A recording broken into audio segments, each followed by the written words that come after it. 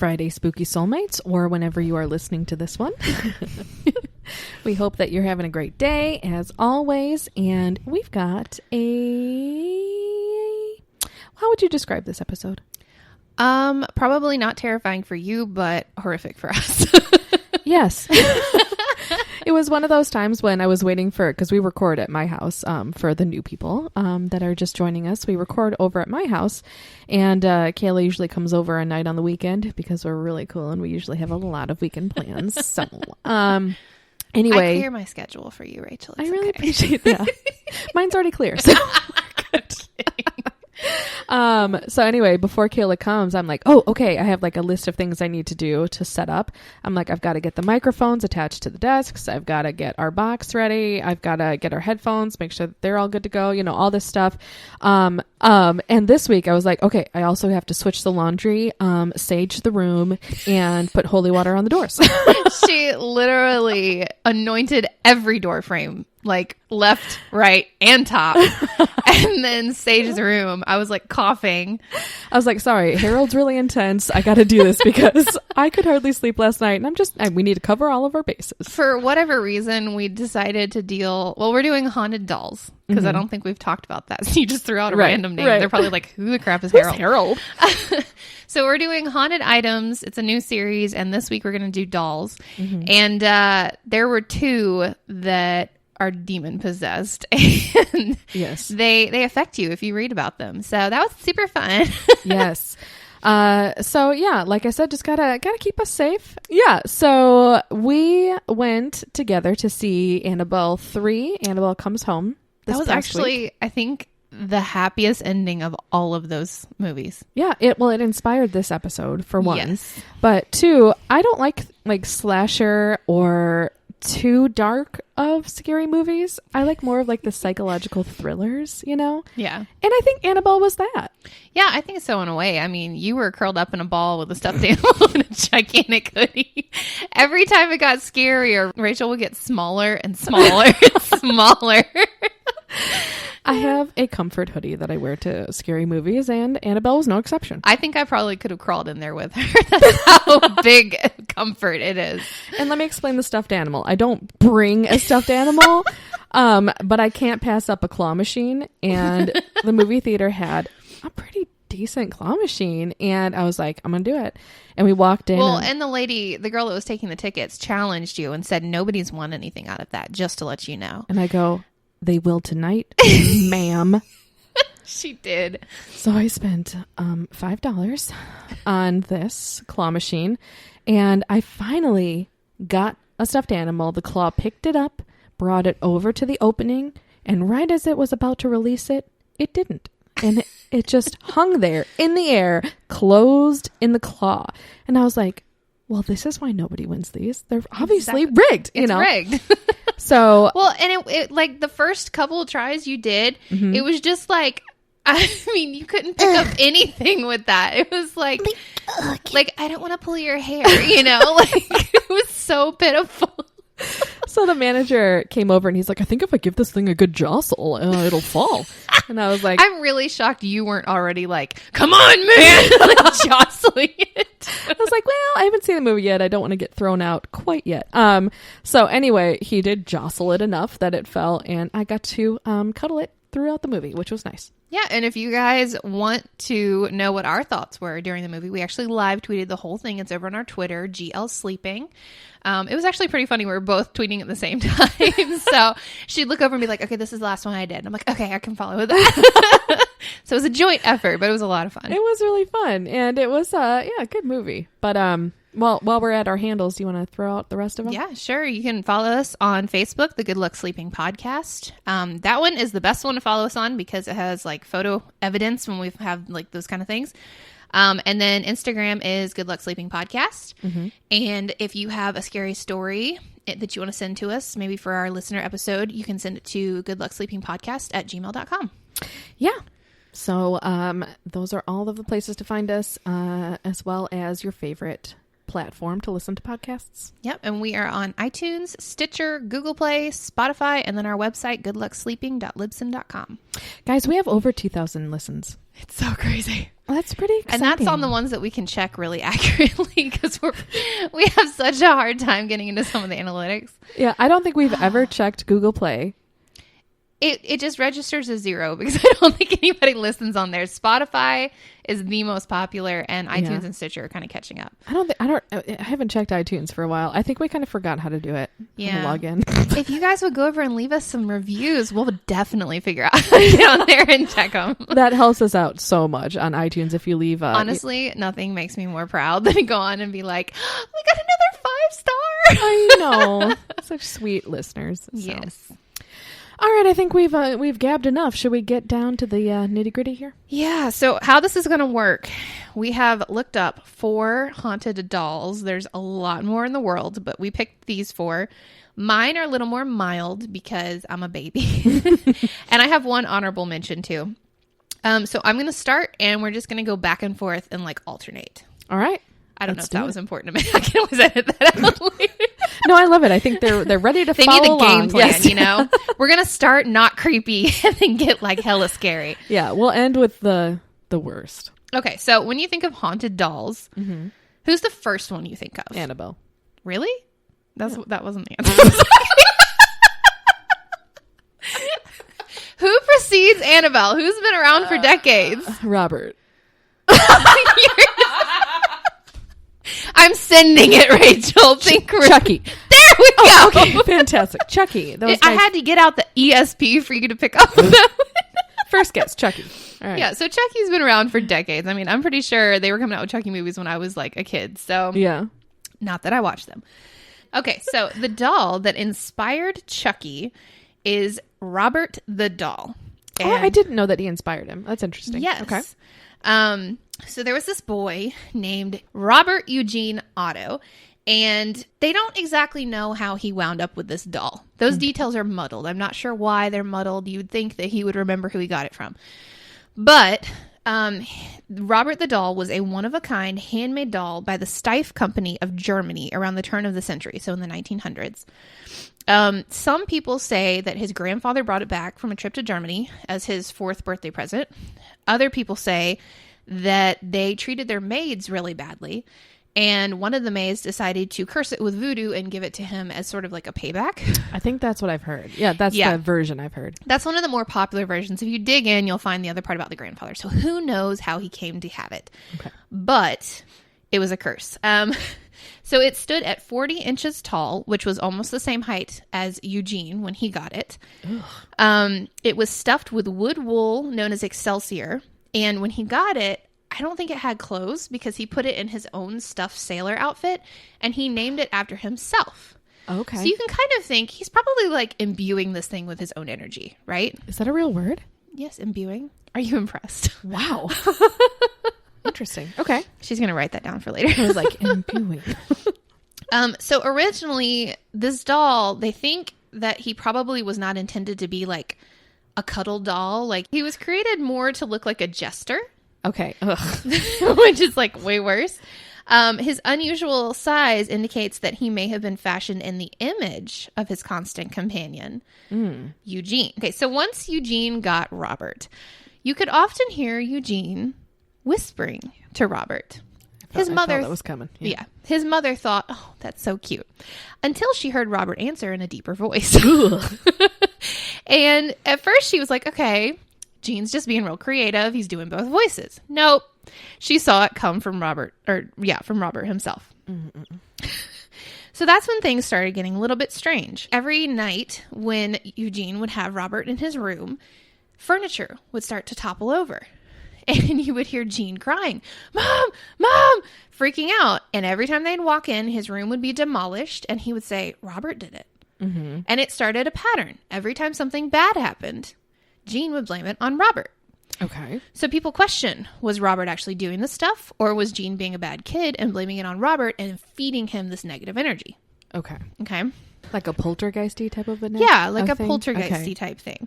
So he took Robert with him everywhere.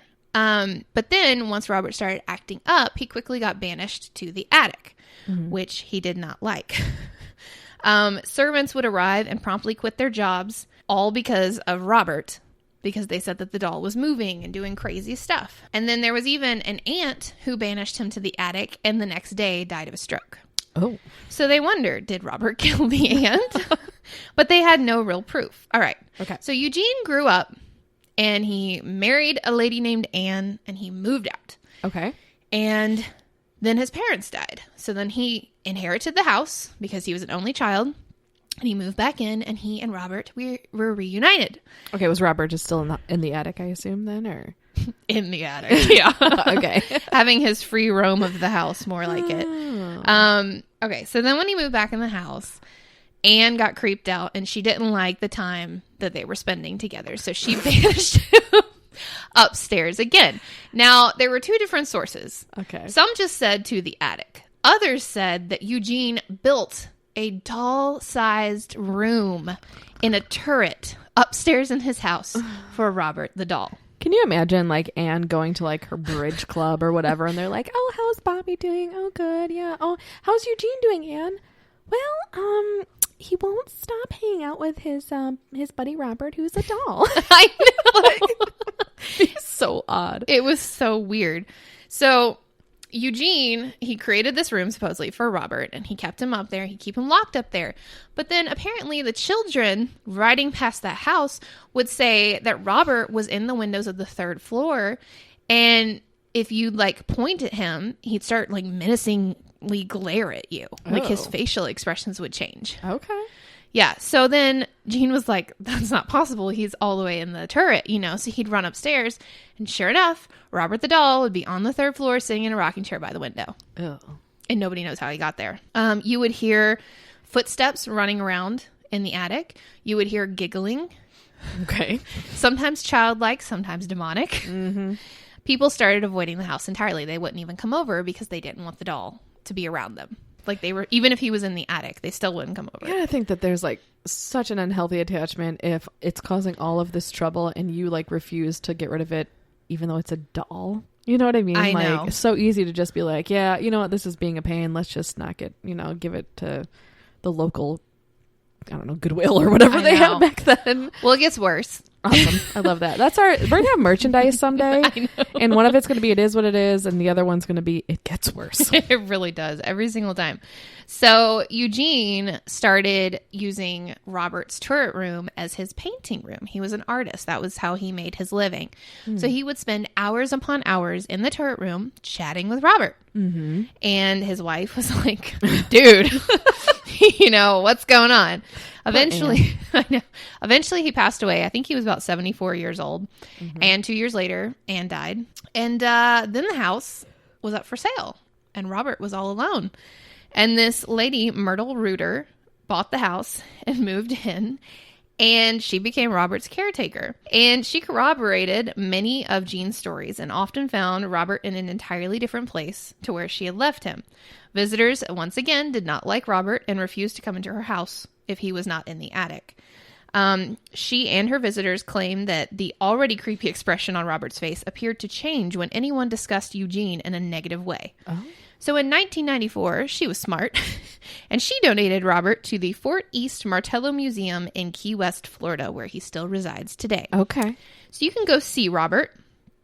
But if you go in and see him, and every tour guide will stress this to you, ask if you can take his picture. Apparently, he's very camera shy, and people still today blame Robert for their misfortune because they will go in and they'll take a picture of him without asking, and then suddenly horrible things happen in their life. Mm-hmm. Or they'll provoke him, or they'll poke fun at him or say something ugly about Eugene to try and get a reaction. Yeah. And then their lives fall apart afterwards. So he's in this glass box, and all around him on the walls are letters upon letters from people who have sent him apologies. Yeah.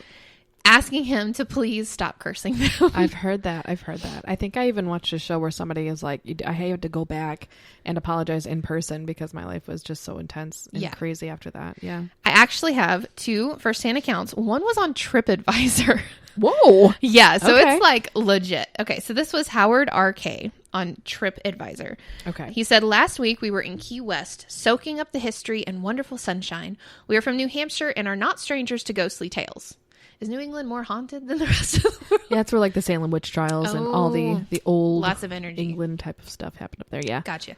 Little did we realize that Robert the doll was more than just a tale. We went to the museum and was told by a very nice lady at the front desk to be sure and ask Robert's permission if we wanted to take his picture.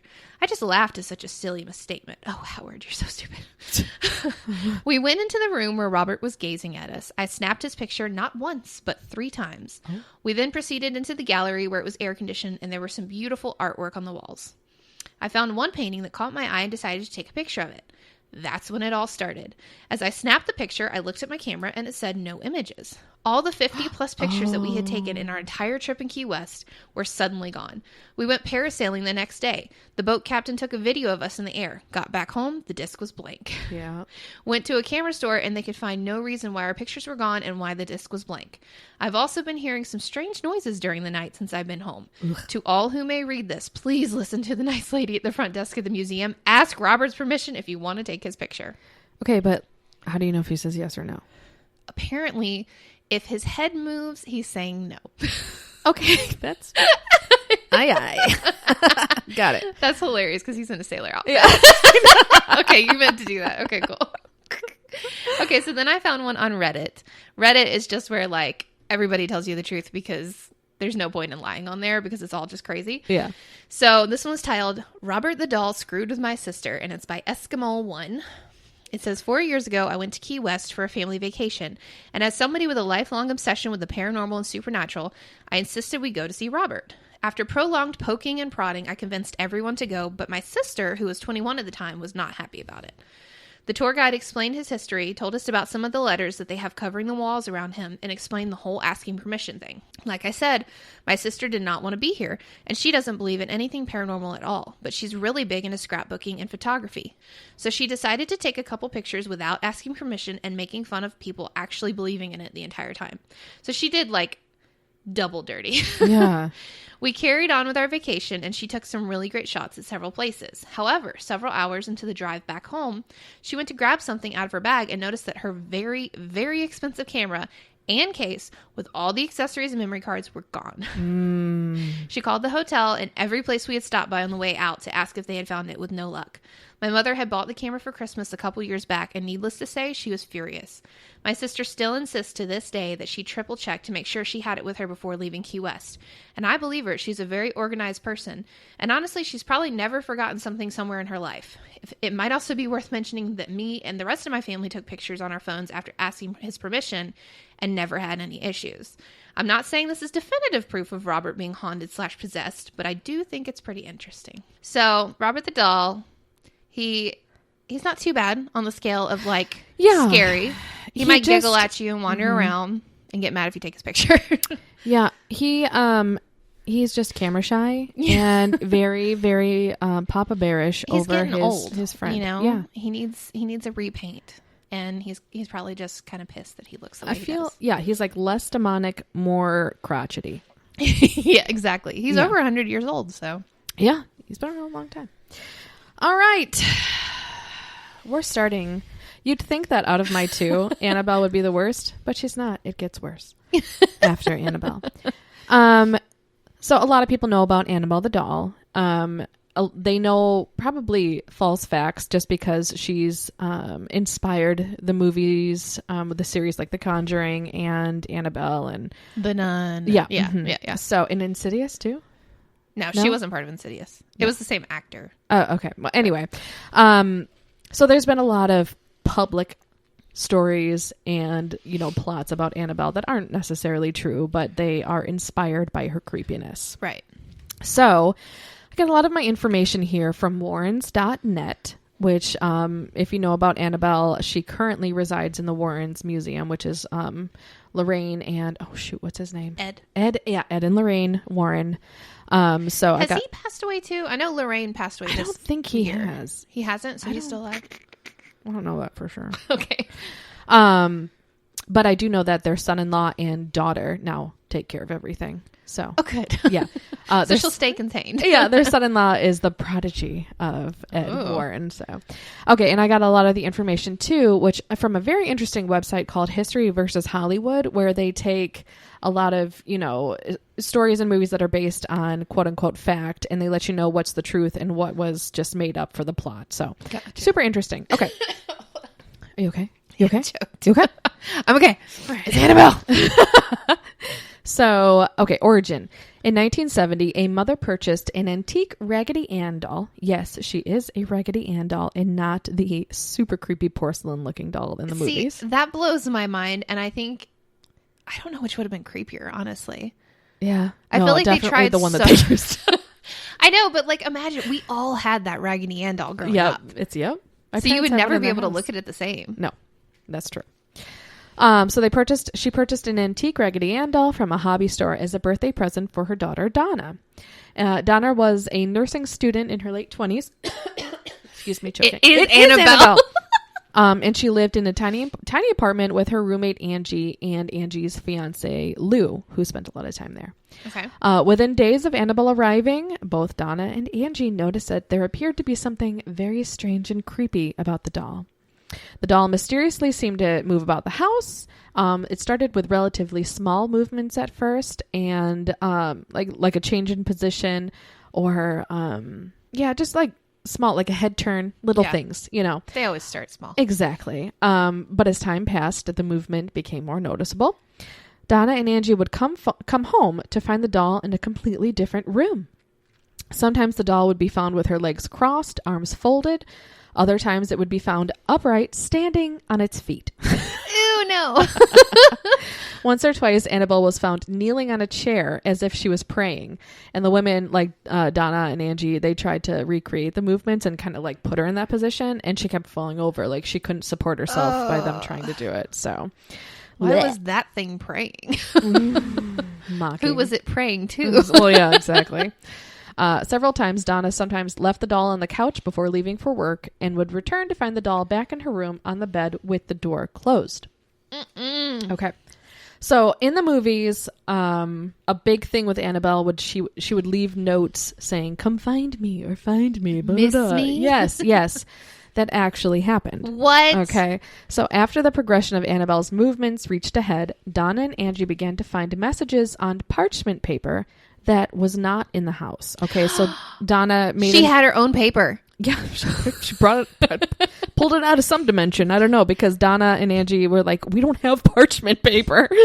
So the notes would read, "Help us" and "Help Lou." So again, remember, Lou is Angie's fiance, the man. So the handwriting was as if it was written by a child. So Lou, I'm going to talk more about now. So Lou was close with the women, obviously, because he was, going to be married to Angie, and he was a good friend of Donna's. And he never was fond of the doll, and on several occasions warned Donna that it was evil and to get rid of it. Okay. Donna refused because she really did care about the doll. What is it with this weird, creepy attachment? Yeah, they all get so attached. Like the person that the doll is given to, it's like they become one in some capacity. Yes, very creepy. So Lou had two very negative experiences with Annabelle. First one, Lou awoke in a panic due to a reoccurring dream that he had been having. But this time, something seemed different when he opened his eyes. It was as though he was awake but couldn't move. And I put a note in there, maybe it was sleep paralysis. He was able to look down and saw Annabelle standing at the foot of his bed near his feet. She began to slowly glide up his leg and up towards his throat, where she began to strangle him. Paralyzed and gasping for breath, Lou, at the point of his asphyxiation, blacked out. He awoke the next morning, certain that it wasn't a dream. Second experience. Preparing for a road trip the next day, Lou and Angie were reading over maps alone in her apartment. The apartment was super quiet, and they were the only ones inside. Suddenly, they heard noises coming from Donna's closed room and were worried that someone had possibly broken in through the window. Lou went to the bedroom door and waited for the noises to stop before entering and turning on the light. Nothing was out of place, but he noticed that Annabelle was tossed on the floor in the corner of her room. And where was she when... On the bed. I believe she was on the bed. Okay. As Lou approached the doll, he got the distinct impression that somebody was behind him. An invisible force attacked him and caused him to double over in pain, and he noticed blood on his shirt. So he opened it up to find what looked like 7 distinct claw marks. Don't edit this out, Kayla. It's important to have paper rustling. 3 vertically and 4 horizontally. And a cross? Mm-hmm. I don't know if they were crossed, actually. I don't know. They could have been. I don't know, though. That's so creepy. Yeah, but apparently the scratches healed almost immediately. They were half gone the next day and fully gone by day 2. It gets worse. My next bit is the medium and then the Warrens' involvement. So Donna contacted a medium after noticing 3 drops of blood that had mysteriously appeared on the doll's chest, and more blood was on the back of the doll's hand. Okay, this wasn't from the attack on Lou. This was separate. And she was like, they weren't there before. They just appeared.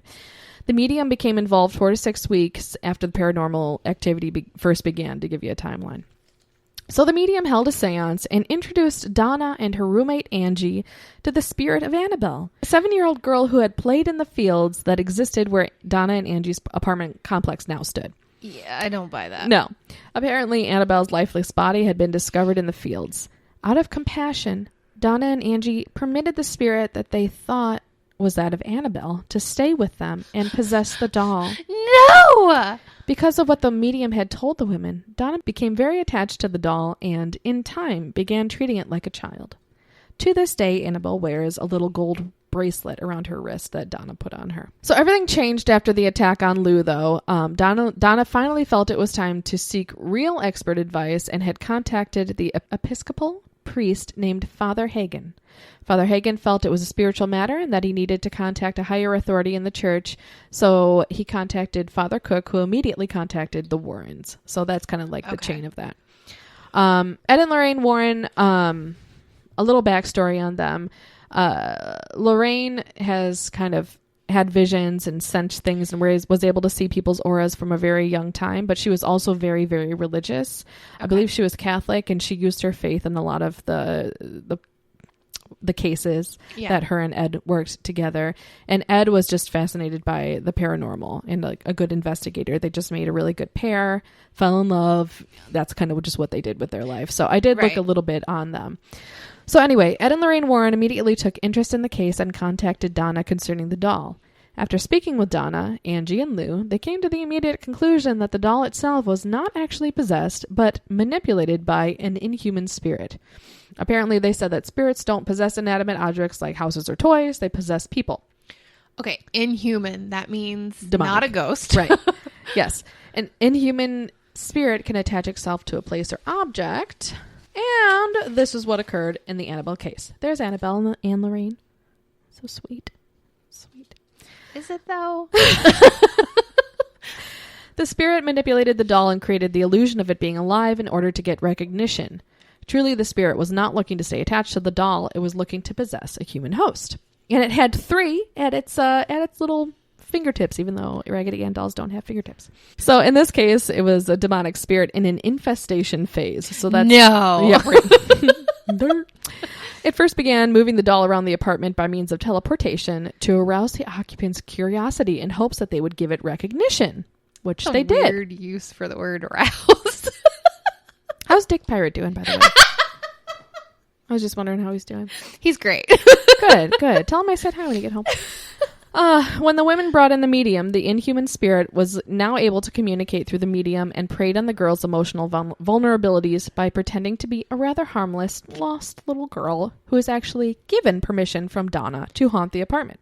That's honestly why whenever when I was doing research on these dolls and they're like, oh, it's haunted by the spirit of a little child. Literally all of them that I looked up were haunted by the spirit of a little child. Yeah. I was like, no, it ain't. Right. Because it's just so innocent and vulnerable and people have compassion for it. Well, that's what they want you to think. Exactly. That's why they giggle like little children. And because personally, it puts me off. Like, I would be like, oh, hell no. Yeah. you know, but for people who like have that attachment to the doll already, they're like, oh, it's just a harmless little girl trying to relive her life that she lost so young. Yeah, exactly. So stupid.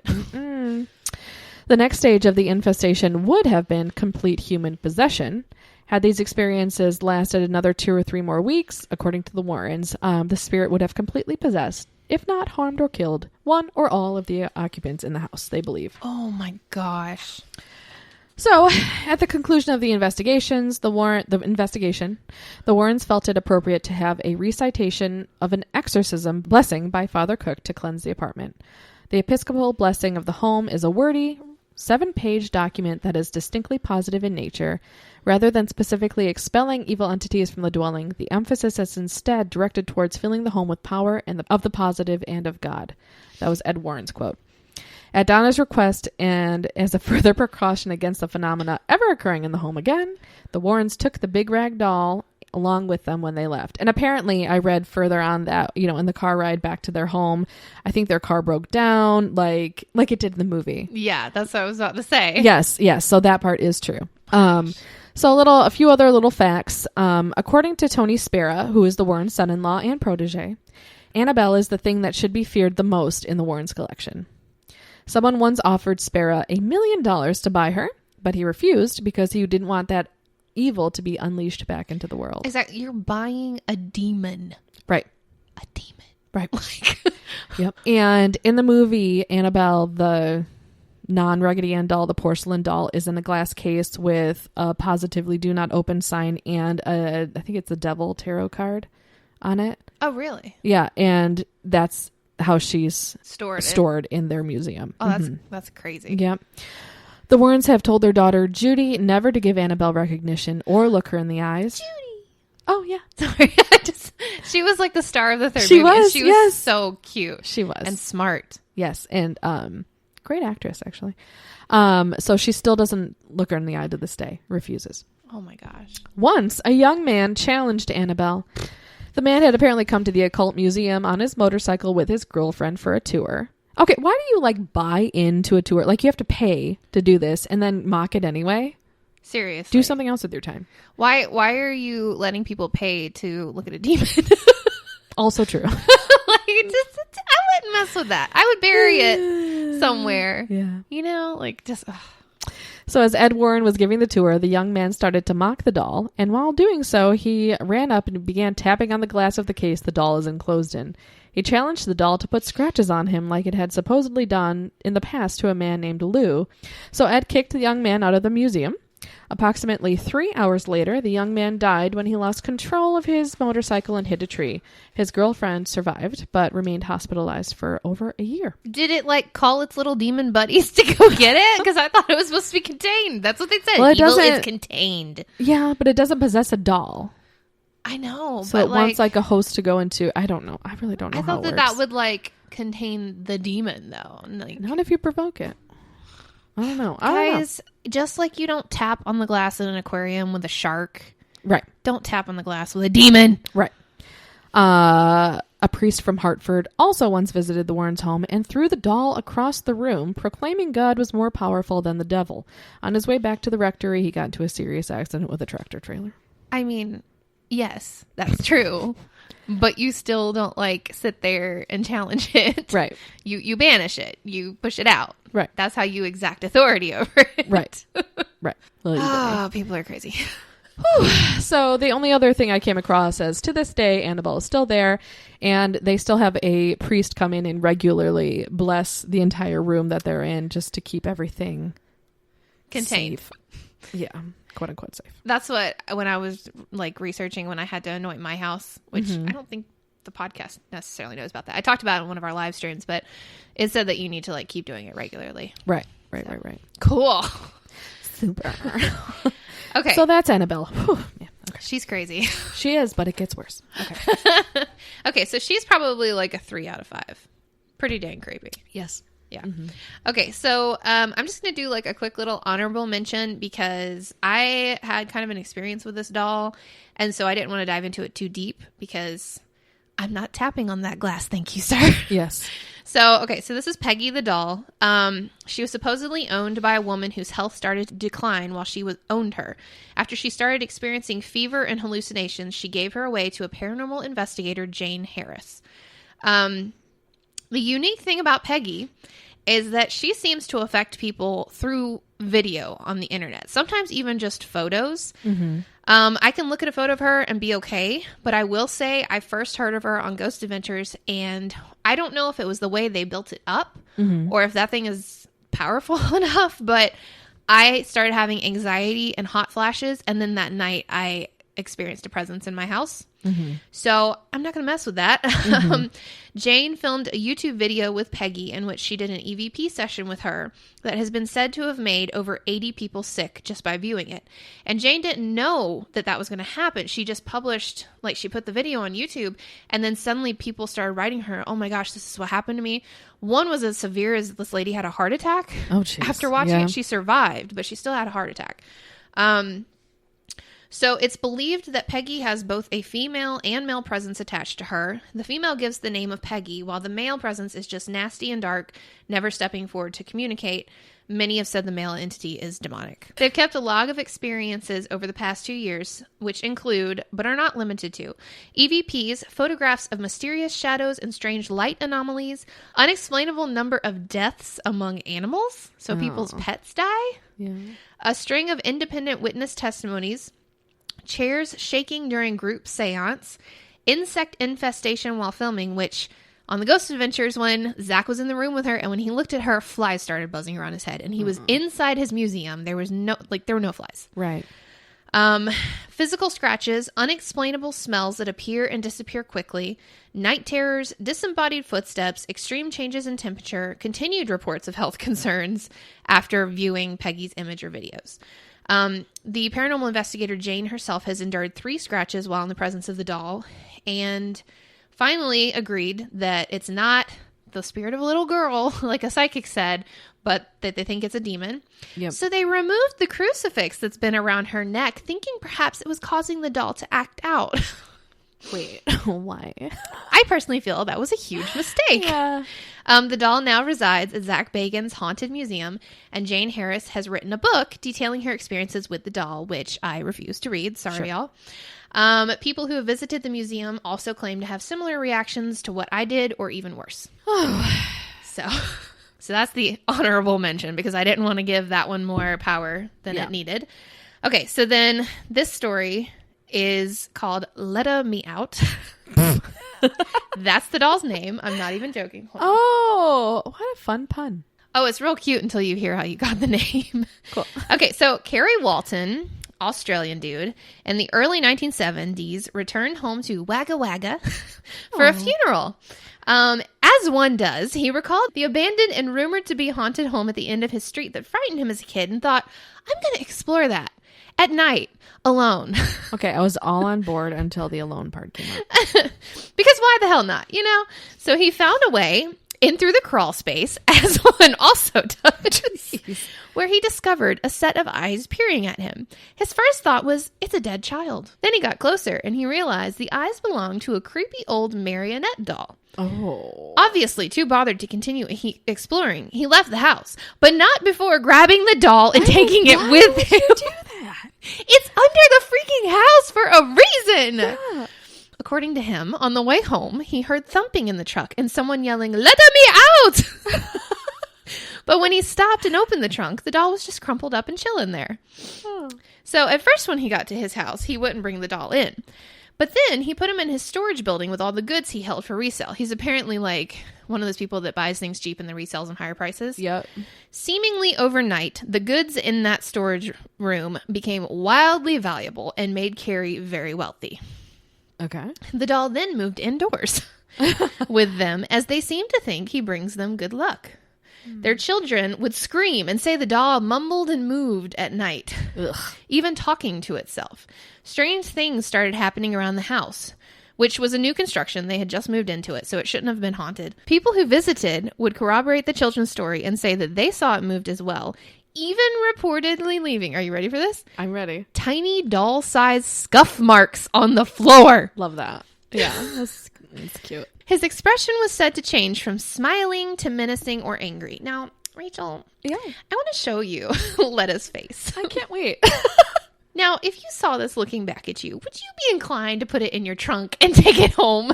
He looks like one of those dolls from, who's the comedian that has the dolls? Oh, Jeff. Yeah. Jeff Dunham. Yes, he looks like the crotchety old Jeff Dunham doll. With a lot of hair. Okay, so Carrie, after all of this, took the doll to a museum to have him appraised and found out some interesting things. The nails in his shoes are 200 years old and of Eastern European descent, particularly the type of doll used by fortune-telling gypsies. Okay. The doll's hair was real human hair. Oh. And under the scalp was a tiny replica of a human brain. Oh my gosh. Psychics examined the doll and, of course, said that a doll maker had created it in the likeness of his son, who had drowned at the age of 6, possibly in the hopes of giving his soul a new home, which, according to those psychics, is exactly what happened. I say nay, sir. His soul is still there today. Something's there. I don't think it's a kid's soul. That looks nothing like a child. I know. And while being told this, a clock fell off the wall and the doll supposedly moved in the psychic's lap. Carrie was also told he will never be able to part with the doll due to a tremendous misfortune should he do so. Okay. He tried to sell the doll at one point because they were strapped for cash, and even drove to the person's house, but could not physically take the doll out of the car upon arrival. He could not bring himself to do it. It was like there was a force field. Interesting. Dogs in particular have a very strange reaction to Letta, always attempting to maul it, if at all possible. He actually had a video of him holding it above like this little Jack Russell Terrier, and it's like... Can you do that one more time? No. All right, fine. People experience sadness or distress when looking at it, some even melting into hysterics or panic attacks. He said one woman even fainted because she said she just felt something evil. Oh. But Carrie seems to be proud of the doll and quite attached to it. The doll does seem to have brought him good fortune as they travel around the country to charge people to meet him and take photos with him. I guess he's not as camera shy as Robert. Yeah. Quite the opposite, yeah. So maybe he blesses the person that he attaches to convince them to keep him. Yeah. Okay. Well, I'm not super creeped out by him other than his appearance. I don't know, the tiny doll scuff marks. It's like, that bitch is running through my house when I'm asleep. It reminds me of, this is what I was trying to find. The Goosebumps Night of the Living Dummy. Did you ever watch, did you ever read those when you were little? No, I wasn't allowed to. But I was very sheltered. I did have a Charlie McCarthy doll, though. Oh, interesting. Yeah. That's nice. And funny thing is, when I got it, like, I wanted a ventriloquism doll. I was so excited about it. And I pull it out of my box, and we actually have this on camera. Mm-hmm. I pull it out of the box, and my little cousin, she was like, let's see, I think I was 10 years old, so she would have been like 5. Mm-hmm. She freezes and then goes, freaks out. She to this day will not look at that thing. Oh, so that's cute. I keep trying to figure out how I can like sneak it around her. Right, just put it in her bed next time you're over at her house and just leave. So she awful. would kill me. Oh, so I was an only child, and I went through many awkward hobbies when I was little. Like, I did balloon animals at one point. I'm still really good at that. Doesn't surprise me at all, actually. It was a really weird kid. It's a Rachel thing to do. And then I wanted to be a ventriloquist. Same. Really? Yes. I actually put on little shows for my great grandmother. Yes. And she was like, oh, honey, you're so good. You're so good. Yeah. So my parents were super politically correct. And for one Christmas, I really wanted a ventriloquist doll. And I wanted the one, the typical one that had like red hair and like looked like Howdy Doody. Yeah. So I opened up a box on Christmas morning. And instead of that one, I got Lester, who was an African-American one. Okay. Which is fine. Lester was my buddy. I practiced with him all the time. Me too. And I couldn't quite figure out how to throw my voice, but I still pretended I could and thought I was the best at it. And Lester was like my BFF. And then I read Night of the Living Dummy. And Lester had to go. Yep. Yeah, he had to go. But recently, a couple years ago, I decided to make myself What did you do? Into a oh my god. You look like Letta. I made myself into a ventriloquist doll it wasn't even Halloween. I just did it fun for a blog one night. Fun fact, Rachel loves like playing with makeup, and she's actually really talented, and that is horrifying. I'll post some pictures to show you guys. Good luck sleeping after you see them. Yes, seriously. So I figured I'd throw in a little fun fact before I dive into literally. You are scarier than But I'm not scarier than Harold. Yes, let's hear about this Harold that kept you up. Okay, so Kayla and I, we research hard for these. Harold, I found a lot of information online with Harold. I found out that a lot of the information is actually incorrect. So Harold is currently owned by a man named Anthony, and he wrote a book about Harold. And it was about midnight when I found the book and downloaded it. And it was 4 a.m. when I finished reading it. And I'm so glad that I did, even though I am so dog tired today. And I feel like I'm completely out of it. I'm so glad I did, because that's how I found out that a lot of the information that I, was going to tell you guys isn't right. So here we go. Deep nasal intake. Okay. So Harold is one of the most haunted dolls in the world. He was featured on Ghost Adventures is coming up again in this episode. He was featured on Ghost Adventures on the Island of the Dolls episode. The current owner found him on eBay, and on eBay there was a man named Greg who put the listing up there, and he made up this entire backstory in order to sell him for a profit. Okay? Of course.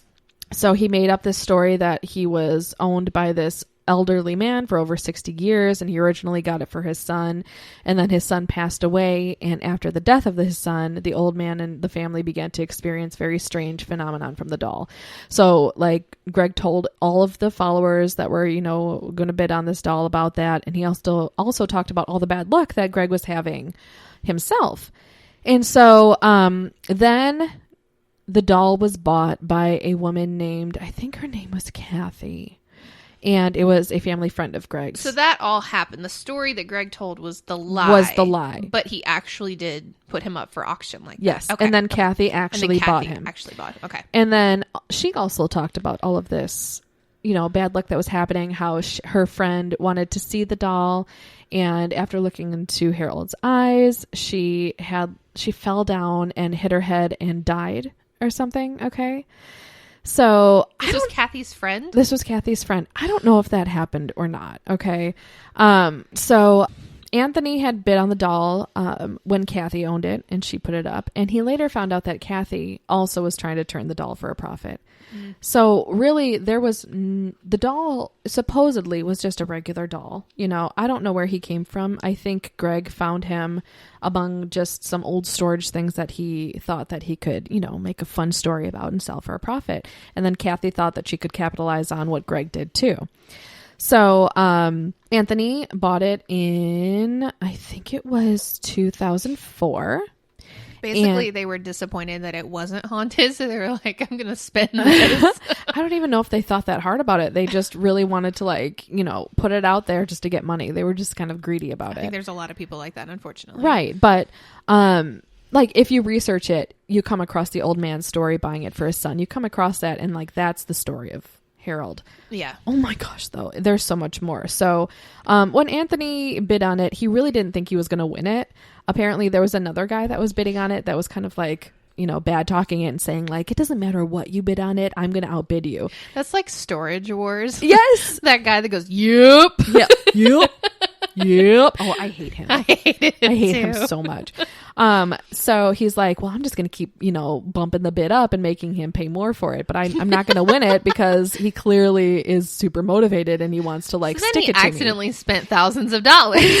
I think it was $700 or $800 at the end of it when he ended up winning. Not good, but good. Right. So he's like, when eBay contacted me and said, you've won, I was like, I literally out loud said, what? Dadgummit. So apparently Kathy, who may or may not have experienced the things that she said, I'm not sure. I just know for sure that Greg was a liar. Kathy was like, I'm worried for your safety. I don't have to send you Harold if you don't want. If you want, I I can hold on to him for a few weeks, and then after those few weeks, you can tell me if you really want him. So give her the money and she'll hold on to the doll? Which is what happened, yes.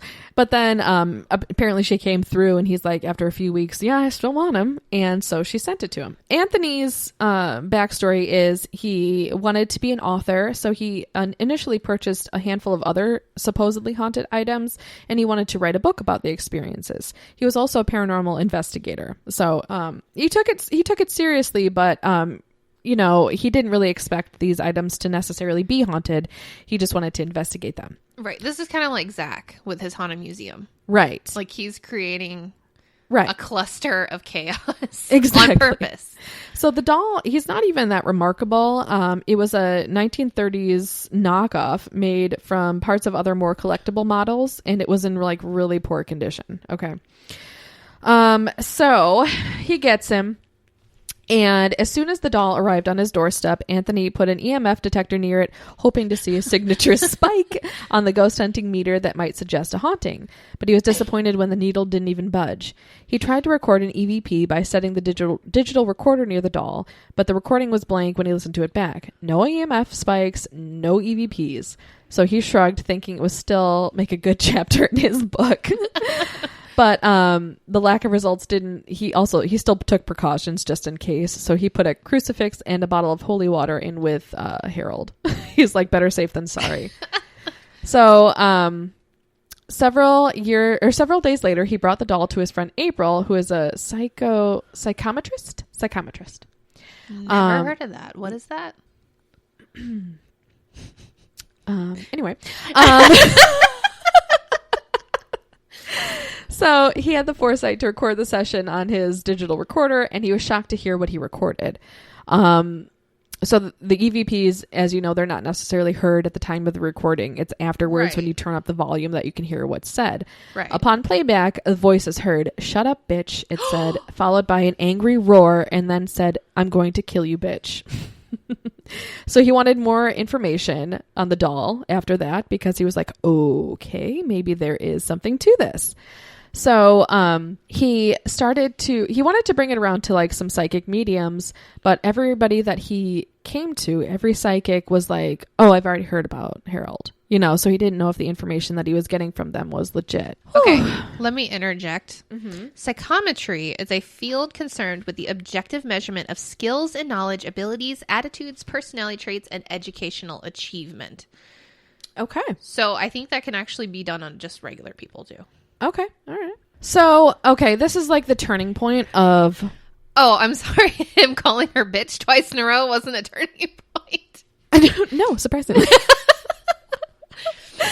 So, he ended up putting Harold away for a period of time, packing him away because of what happened here. And I'm just going to read an excerpt out of his book. Okay.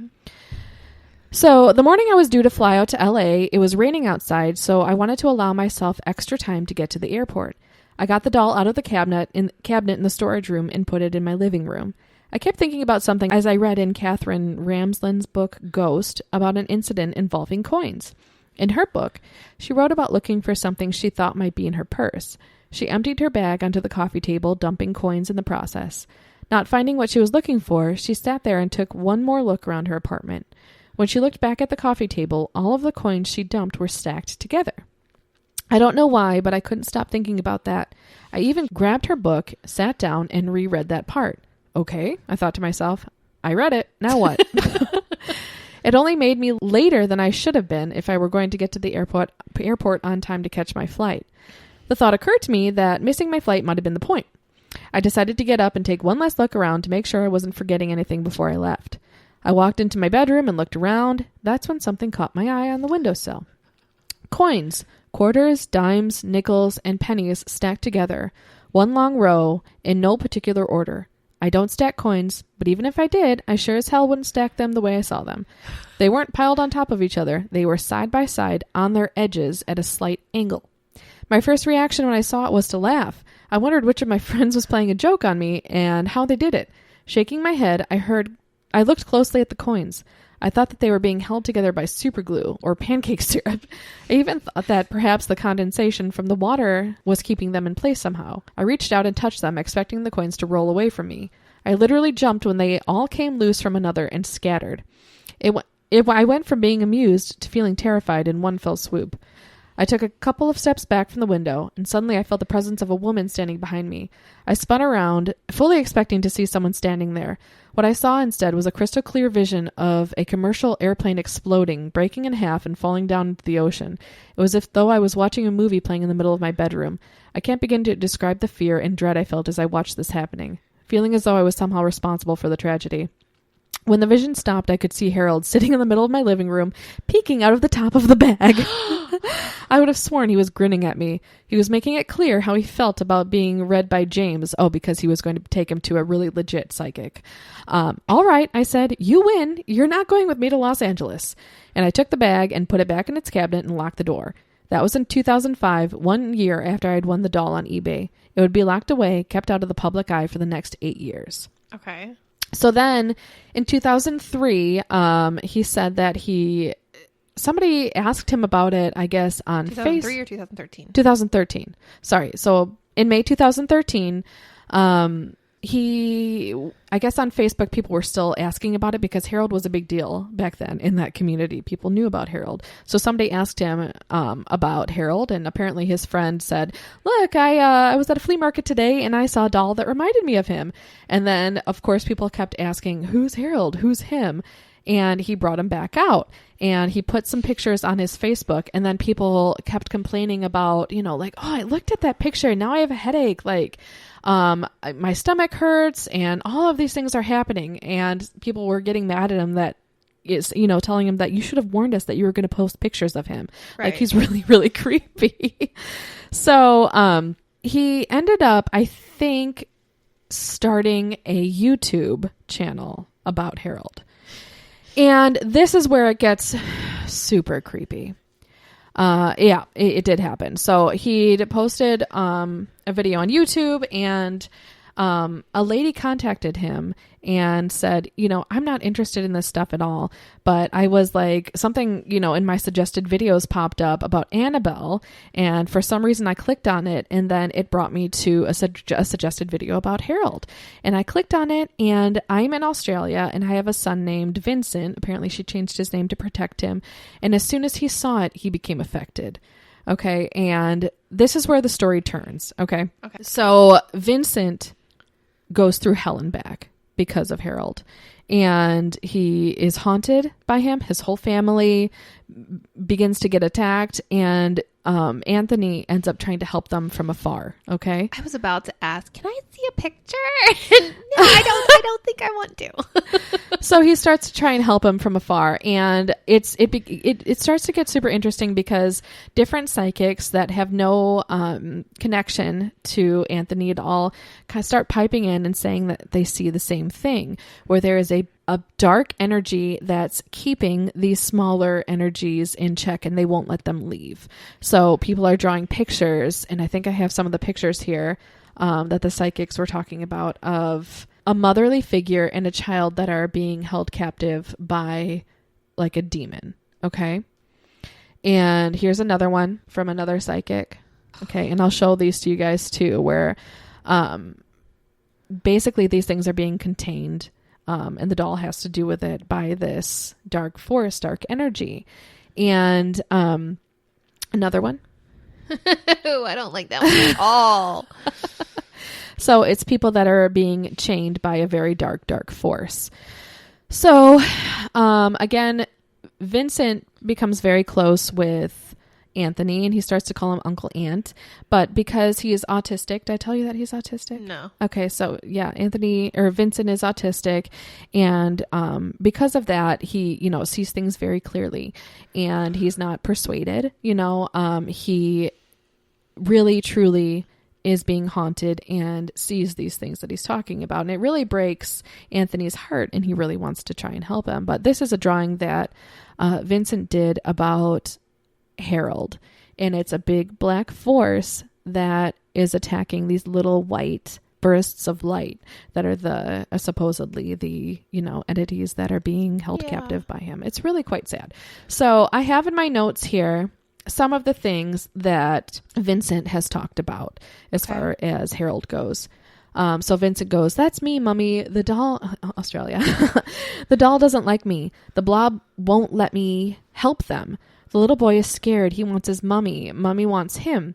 She told me to help him go to the sunshine, but he can't." So the mom tries to talk to Vincent, but because he's autistic, he really has to be, in the right set of mind, the right state of mind, in the right mood in order to, communicate. And like a lot of times, Anthony will be like, "Have him explain this.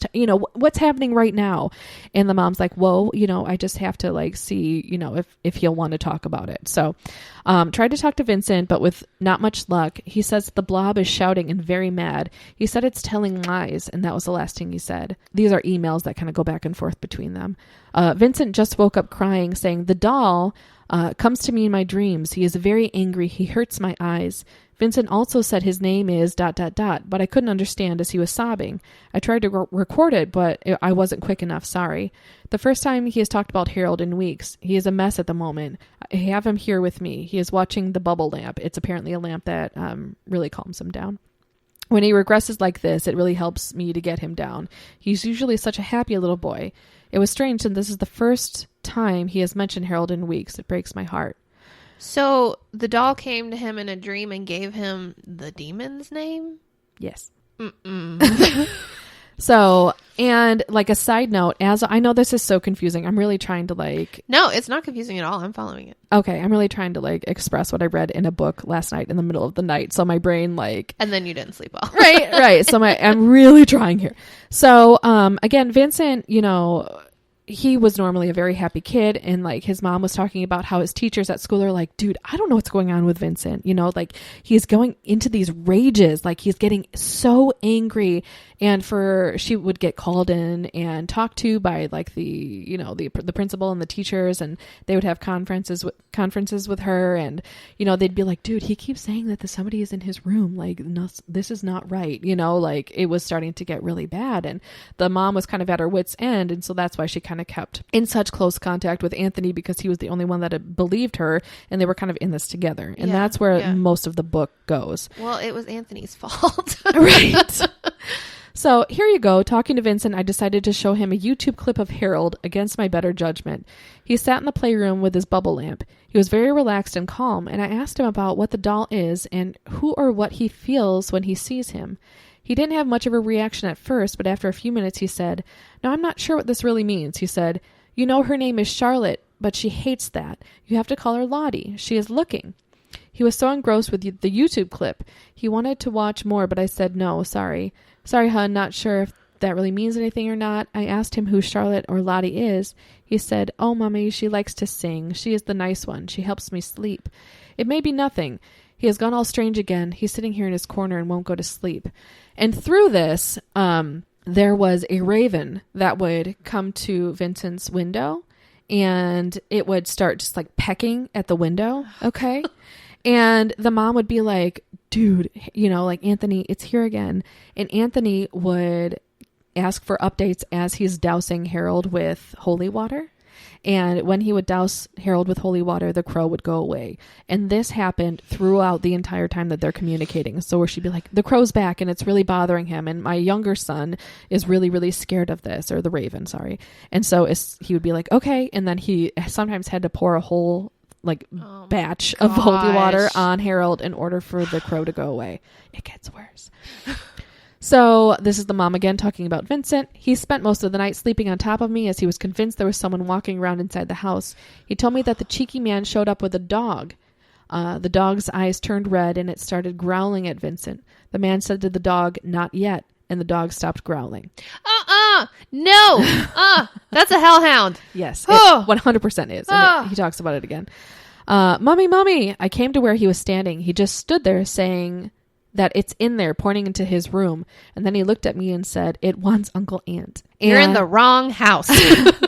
And his mom would also talk about how when she would go into Vincent's room, it was distinctly colder in there. So his room was absolutely possessed. I hate this. So there was another drawing that Vincent did, and they come together, I said. And she goes, "Well, what do you mean?" And Vincent said, "That." And he pointed to the dark squiggle and that. And then he pointed to the doll. And he goes, "They come together." And he was talking about in his drawing that the doll and the darkness are connected. Okay. Yeah. So he also said, also, it's not a girl's doll, Mommy. It likes you to think it's a doll, but it's not. Its heart is black. Okay. And then at another time he got bit in his room, and she goes, what's in your room? And something about it likes to stay high. It grabbed his arm, and that's why he dropped the books. I asked him what grabbed his arm and if that's what he drew, and he said yes. I think I have a picture of that one. Why haven't they like exorcised this house yet? I know. It was a dog. I don't have a picture of it. So like a hellhound. A hellhound. Another time she messaged and said, I'm sorry, hon. I feel like I rely on you too much. I hope I didn't interrupt anything. His answer to, is it a dog that he drew was, it growls like a dog and it looks like a dog, but Mommy, it's not a real dog. Vincent was freaking out. Okay. And he woke up and apparently he was saying a name. And it was like a couple names. And Anthony was like, whoa, what were the names? And he's like, you tell me right now what those names were. Okay. And I think this is the part of it. So he's in the bath saying, it's mad. He shouldn't have told me. It knows Uncle Ant is in trouble. Now I can't get him out of the bath. Oh, no, I can't get him out of the bath. And then he goes, well, put sea salt in the water. Ask him what he shouldn't have said. Wash his hair with the sea salt. Will this ever end, Anthony? What am I doing wrong? Sorry, trying to be honest and tell you everything. The picture, Vincent says it's mad about the picture. It doesn't want you to know. And then, Apollon? What does that mean? Apollon? Where did Apollon come from? Vincent just said it. Ask him to write it down, and if he knows what it means. Okay, I'm sorry, and I'm trying. I promise. Ask him to write it down. Not tomorrow, not next week, today, tonight. If you can call it by its name, you can cast it out. Yes. And then he sent me sent me a picture of it. Okay, Jane, I know you're afraid, and I know that's why you resist when I ask you to do things on occasion, but it only makes things worse when you do. An hour went by and I didn't hear from Jane. What's going on? I have to get Vincent out of the bath. I've got Vincent out of the bath. I've heated up some chicken soup, and I will then get him to do whatever you want. How is he? I washed him in salt and his hair. Did it help, and did it make him feel better? He has calmed down a little, thank you. He's sitting on our bed watching Horrid Henry. I know that you think you're protecting Vincent, but getting him to talk is the best thing you can do. So then she sent him 4 pictures. 2 of them showed Vincent drawing the black blob, and the other had 2 words, abandon and Apollyon. It turns out they were names. As soon as I got over the shock of what I was seeing, I wrote to Jane. I know what the words are. They're actually names. The spirit we've been fighting with appears to have been into some bad stuff. I believe that's why he's trapped in the doll. And now he's been bound to the doll, he's been replaced, probably by the one whose will he's been carrying out. I don't know what Vincent did, but he found out the names of the ones keeping the souls imprisoned. And that is huge. I cannot tell you how important that you had him writing down what he was saying. And then he sent her a copy of Revelations 9:11. They had a king, and over them was the angel of the abyss, whose name in Hebrew is Abaddon, and in Greek is Apollyon. That is destroyer. Oh my God. So it's literally the Prince of Darkness that he was dealing with. So Jane, how do we like this? Need some more of that wheatgrass, whatever you call sweetgrass. So, okay. Then the Catholic Church had to become involved. Clearly. No shit. So there was another dream later that Vincent had. And he goes, Mommy, he called the Catholic Church people superheroes. Oh. Old superheroes that came because they had the Catholic priests come and bless the house. They blessed Vincent's room. They blessed Vincent, and his demeanor completely changed after that. So that helped, but it was a battle that they had to go through, and it's a battle that lasted even after that. So long story short, don't buy haunted dolls. yeah. People were asking. So he was able to eventually rid Vincent and them of the Herald affliction. And he has made it his kind of life's goal to find out who these souls are that are being trapped by who, and to help get them out of the doll. So he still has the doll. Has he not exorcised the doll? I don't think it's that easy. I don't know. Because even just showing a picture on the internet, created this entire scenario for these people that are across the world, I hope that you guys followed along. I know that it was just a lot and pretty jumbled, but I tried my best to kind of explain an entire book to you.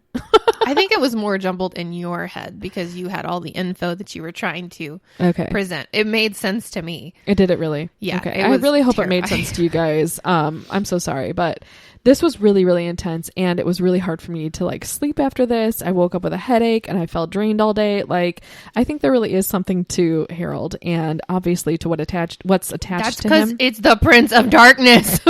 Yeah. There's the book that he wrote that I read. Let me see if I can get the exact title in case you want to just have a nice little nighttime reading story. It's Harold the Haunted Doll. So you can go ahead and look that up if you want to read it. But just warning you, both Peggy and Harold supposedly can attach to you just by looking at their photos. So be warned.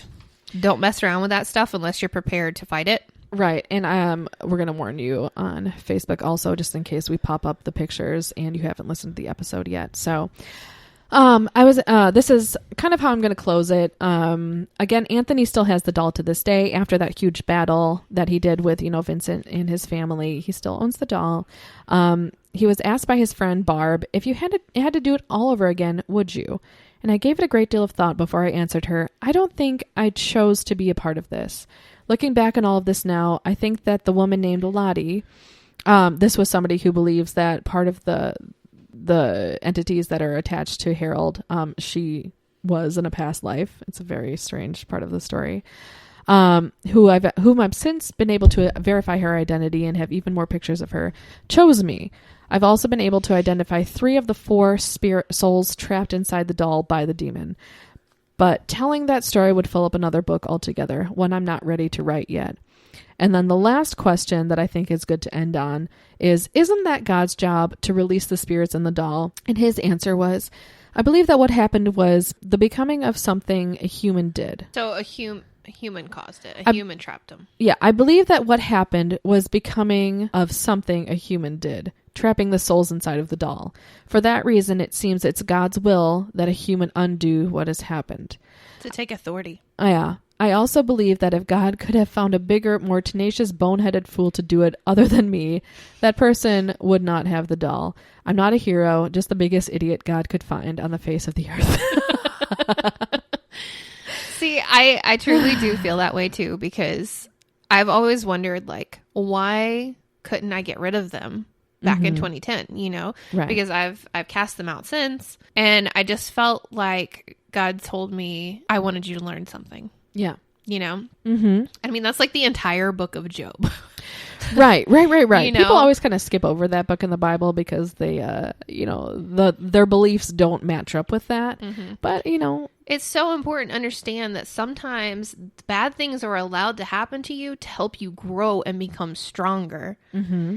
And people don't want to go through it. It hurts. It's painful. It's fire, but when you come out of it the other side, like I have, and you're stronger for it. Yep. It's just so rewarding. And I think that's what he was trying to teach me. Right. And I think that's kind of what he was saying, Anthony was saying. Unfortunately for Anthony, he's got some things to learn too, I guess. Yeah. We all do. So, I think this has affected me more than anything else I've researched, which is interesting because it's a doll. I know. That actually blew me away that it affected you this bad. I could tell how bad it affected you just from your text.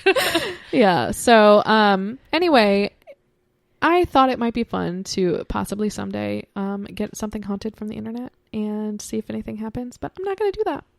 I've learned. It's so funny to me because we both were like, hey, should I do this? Should I do this? And I feel like God was like, no, slam the door in our faces. Oh, there's so much more about Harold that I couldn't get into, but you get the gist of it. And do we need to know more? No. Really? It is super interesting. He fooled a lot of people. He fooled a lot of psychics and told a lot of psychics the same story that was false. Also, because he was on Zach Baggins, Ghost Adventure Story. He was on that? Yeah, the Island of the Dolls. Yeah, ew. So even Zach Baggins told the false story of Harold. He told the old man story and stuff. Yeah. So Well, I just wanted to say, sorry this episode is long. If you guys made it this far, thank you so much. We normally don't go this long, but we felt that those things were really important to add to the story. So Yeah. good luck sleeping, y'all. Good luck sleeping.